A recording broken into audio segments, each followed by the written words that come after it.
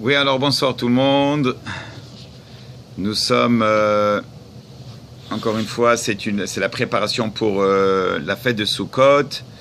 Et puis, on reprend le cours sur les halachot de Sukkot. Alors, là, on dit que dans la Gemara, dans Masechet Sukkot, il est ramené qu'il y a une mahloket, qu'il y a une discussion entre Rabbi Eliezer et Rabbi Akiva.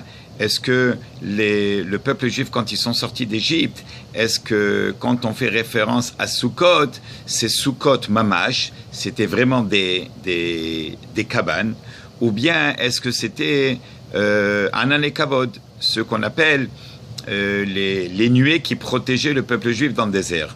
Alors on va s'expliquer. Qu'est-ce que ça veut dire Sukkot mamash? Sukkot mamash, c'est des cabanes. Oui, alors selon l'opinion qui dit que Bnei Israël, ils étaient dans le désert et ils étaient obligés de rentrer dans un abri, c'était les Sukkot, et on va discuter de ça pour voir comment est-ce que ça se fait que, en fin de compte, on va pas fêter Sukkot comme qu'on fête Pessah, qui est la sortie d'Égypte. Ça veut dire, en réalité, on devrait faire Sukkot au mois d'avril, ça veut dire quand on est sorti d'Égypte, tout à fait au début du printemps.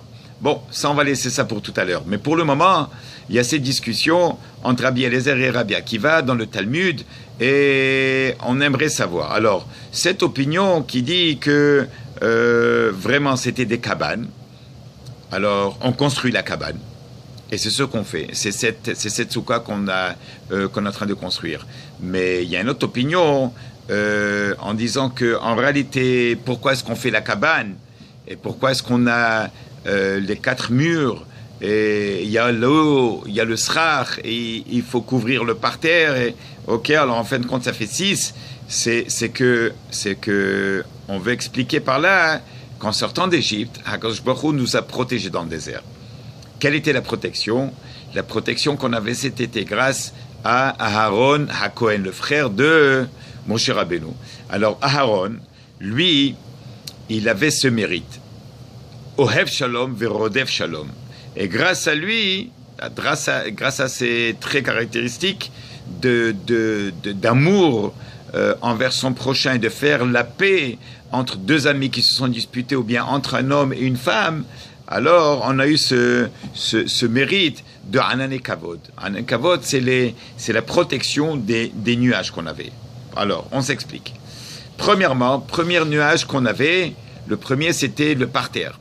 On ne marchait jamais par terre, comme il dit le Plasouk, Simlatecha lo baltam, Simlatecha venalecha lo baltam alecha. Ça veut dire que les chaussures et les habits qu'on portait ne se sont jamais abîmés. Pourquoi? Parce qu'on ne marchait jamais par terre. On marchait sur un nuage, un genre de, si vous voulez, c'est comme un tapis roulant. Et ce tapis roulant, ben voilà, qui nous protégeait. Après, les 4 coins autour de nous, on avait l'air conditionné pendant 40 ans dans le désert. On n'a jamais souffert de la chaleur. On avait une température juste bien réglée.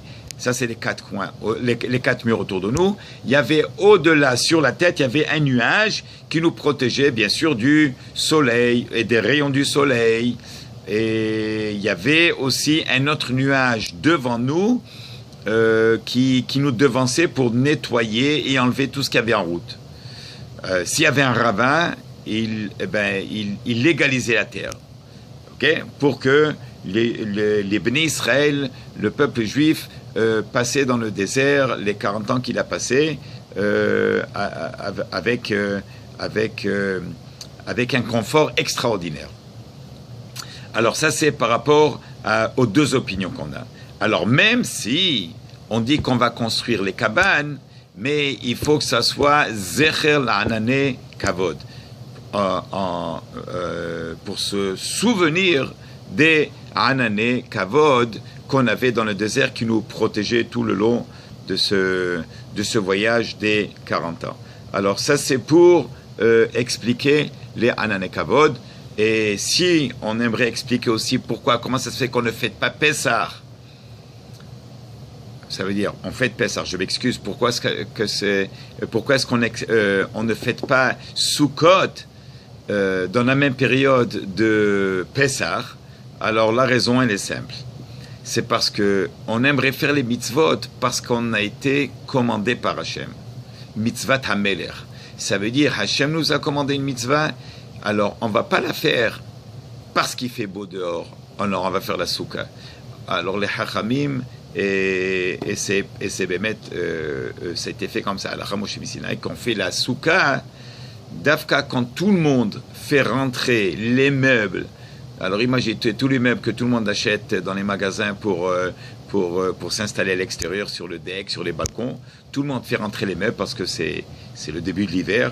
Et là, le petit juif, Aed, Far, maintenant ce qui se réveille, il veut sortir à l'extérieur. Il sort, il va construire cette cabane, il va sortir ses meubles, il s'installe à l'extérieur. Et là, on montre d'Afka qu'on fait la mitzvah, même s'il fait froid, même si ce n'est pas confortable, on fait parce que Asher Kideshanu B'mitzvotav, on a été ordonné à faire la mitzvah. Donc on ne la fait pas parce que ça nous arrange, parce qu'il fait beau, mais on l'a fait parce que ça a été ordonné de cette manière. Et même s'il fait froid, surtout ici au Canada, oui, alors on sort, contrairement à tout le monde rentre et nous on sort, on s'installe à l'extérieur pendant cette merveilleuse fête de Sukkot. Voilà pour le moment et on se retrouve plus tard. Merci.